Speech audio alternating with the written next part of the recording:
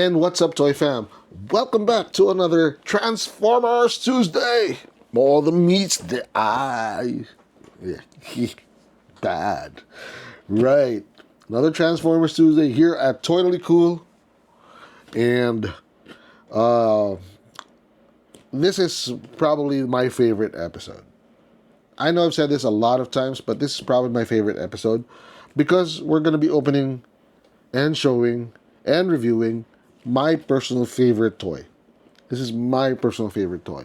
I love Transformers. I've loved Transformers. I love Optimus Prime. He's the epitome of leadership. In fact, even with work, every time I come to a problem, how will Optimus Prime do it?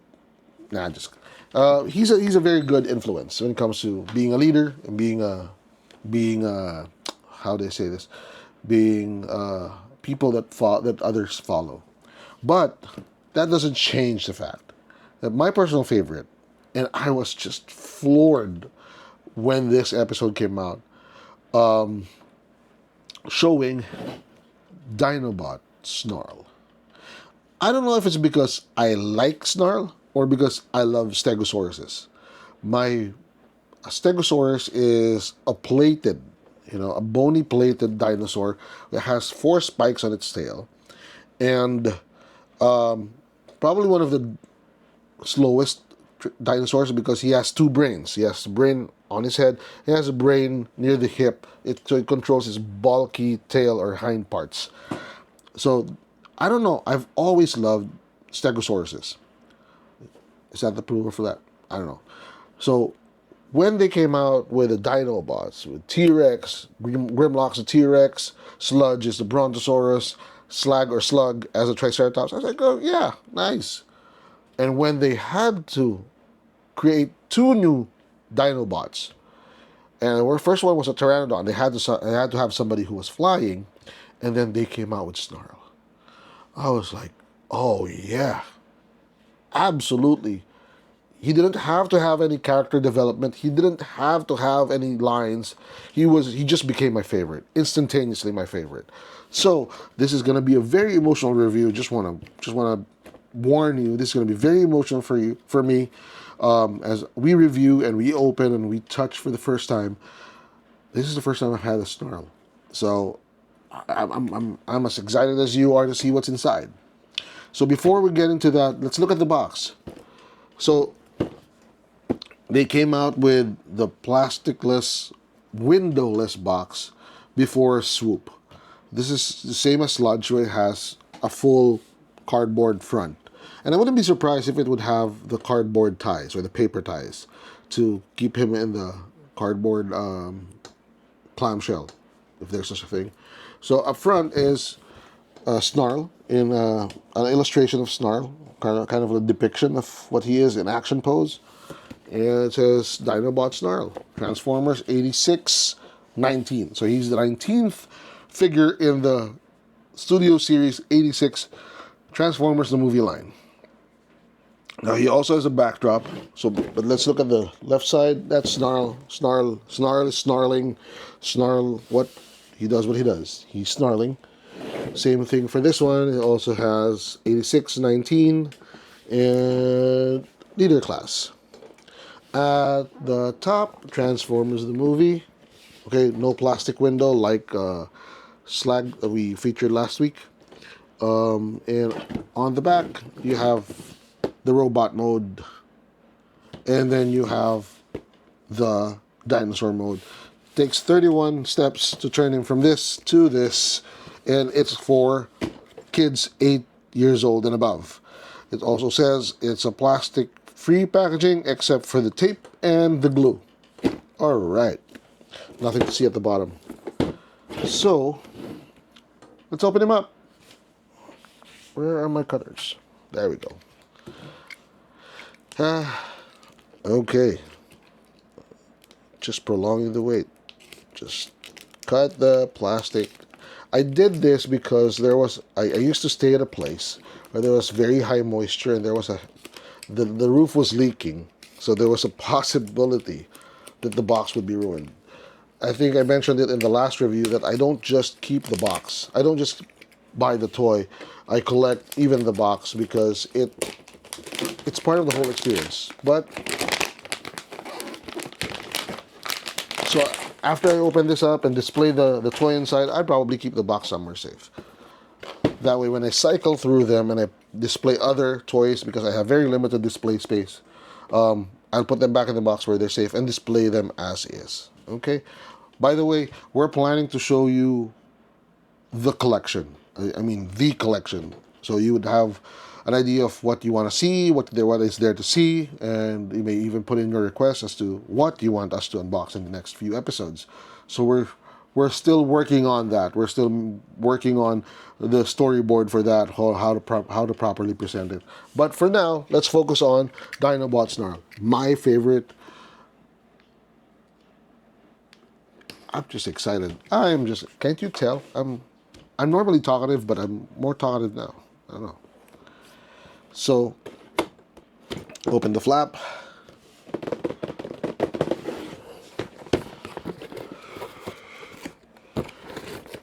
Okay, there's a cover, cardboard cover. Ooh!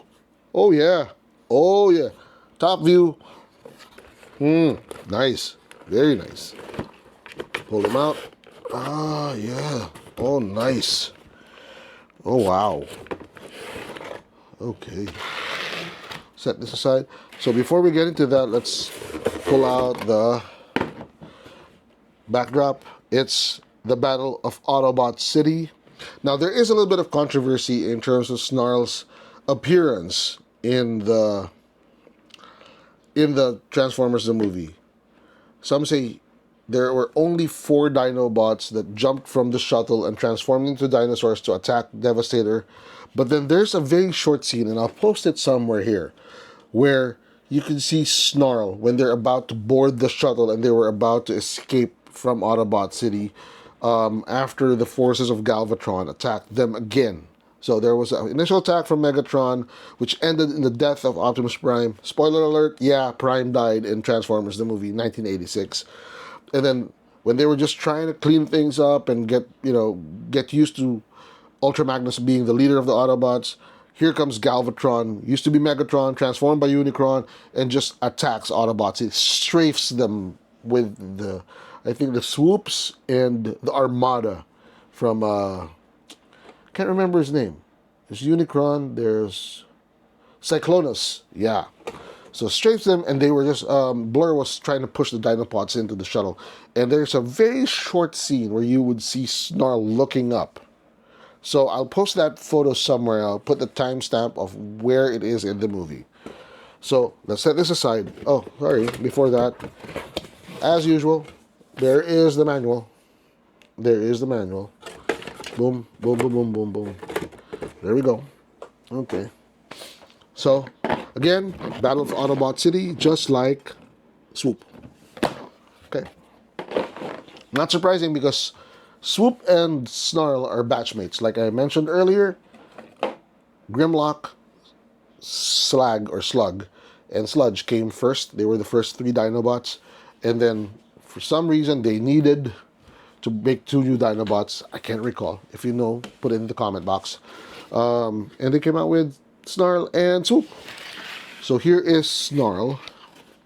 I think I'm going to need the manual for this, because I need to attach something, okay? Alright. So Snarl, as predicted, paper ties instead of plastic. A portion of his armored back, okay? A portion of his armored back is detached, probably so that he could fit inside the box. But that's going to be attached somewhere after I pull him out from this casing. So, yeah, this one has his weapon. I think it's a sword. He doesn't have a blaster. He has a sword.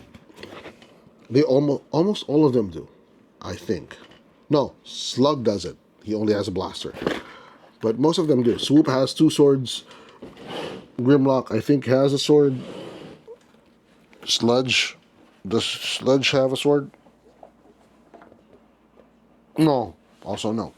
Anyway, so he has a sword. And let's take him out. So he's out, but there's still a part of him that is here. So that's just slide him out. Let's take the weapon bundle out also. There. You can tell that Snarl was released before Swoop because the paper packaging does not have the Transformers or the Autobot symbol. When Swoop did have one, so this is an earlier release. Let's just open him up. Yep, there's his sword. The thing about his sword is it's also a kind of a blaster because he kind of just points it to something and energy goes out, you know. So that's a big ass sword. Big ass sword. So this one is part of his back armor or back plate. And I think I know where this goes. Or do I? Let's refer to the manual. Yeah, that's correct. Does it? Okay, so here's the thing. At the back, you would see two pegs. Okay? And then here, you see two holes. Now, don't be tempted to put it this way. The spikes are supposed to be inward into the back. So like this.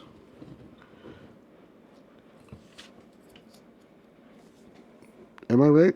Or am I right? Yeah, am I right? I am right. There you go. Slide. It has grooves to make it easier for you to slide them into the pegs. So that's what I'm doing right now.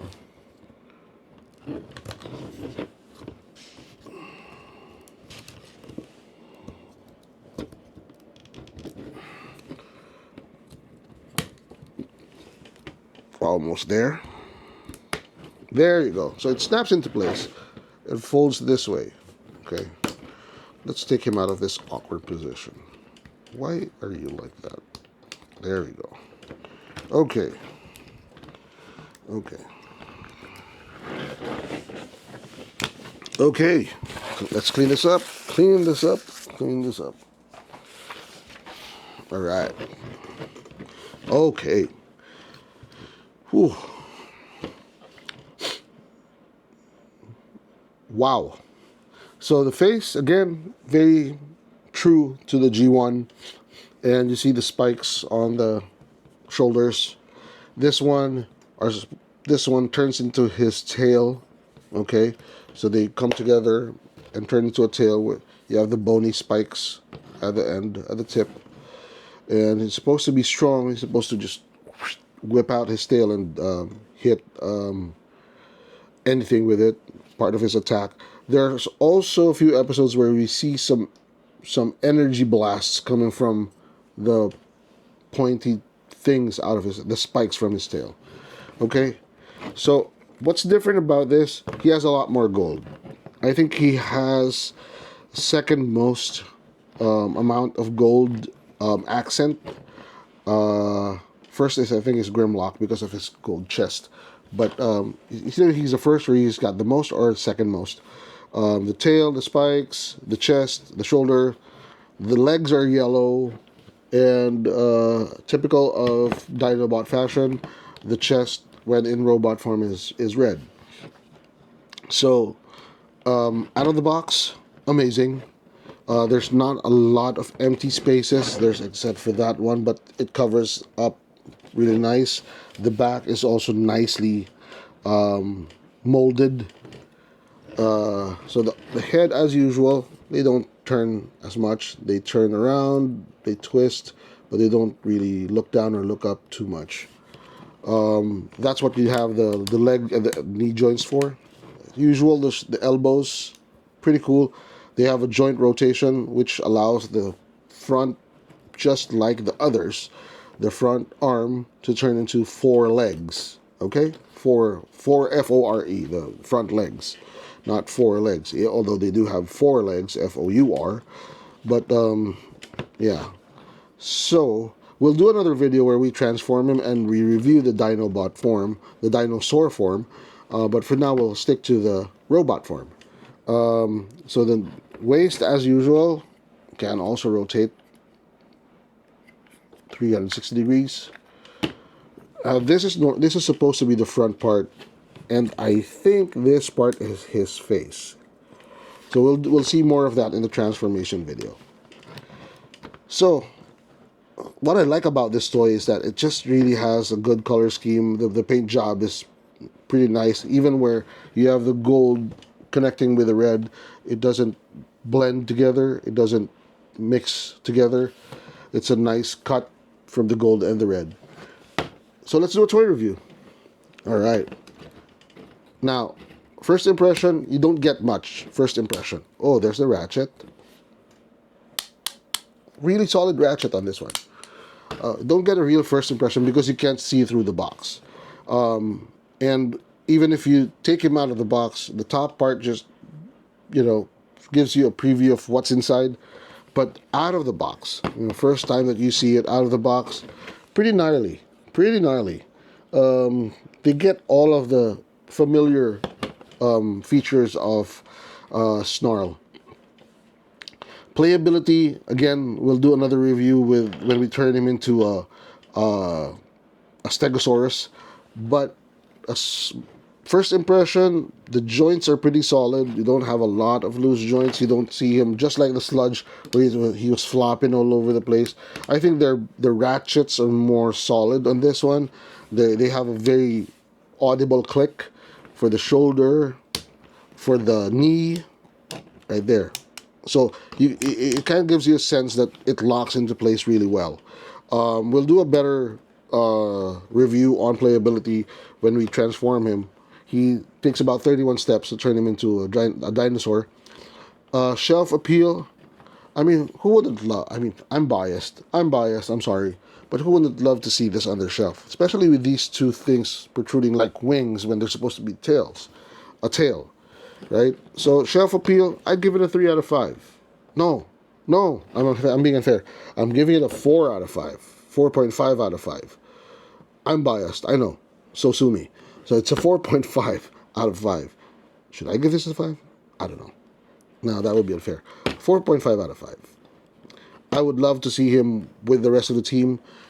It's nice. If you put him in a glass case and they're all together, it's one row. You don't have to have smaller Transformers around him. Just the 5 of them. The presence is just amazing. So the desk and shelf appeal, I'd give it a 4.5 out of 5. G1, it's a 5 out of 5. Exactly how he looks in the cartoons.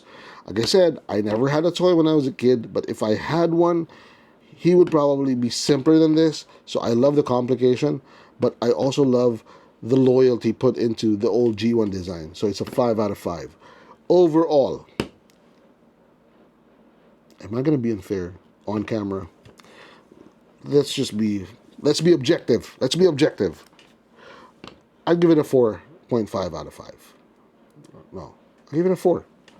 Yeah, so many things that need to be, like the attaching the whole segment. I think that's part of marketing and packaging that ruins the whole out of the box play with it appeal. But not a lot of bad things could be said about this figure. In fact, the whole Dinobot series, it just got better and better and better.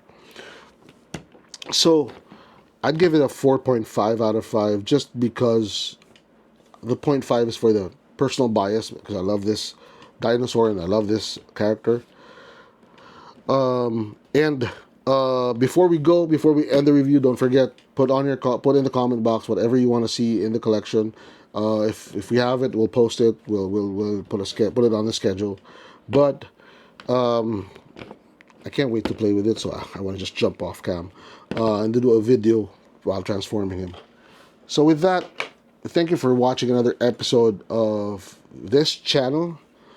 Catch us on TikTok and on Facebook. Give us a follow on both. We'll be posting a lot more content there, a lot more previews. But before we go, just like to say, toys are not just cool. They're totally cool. So happy collecting, and thank you for watching.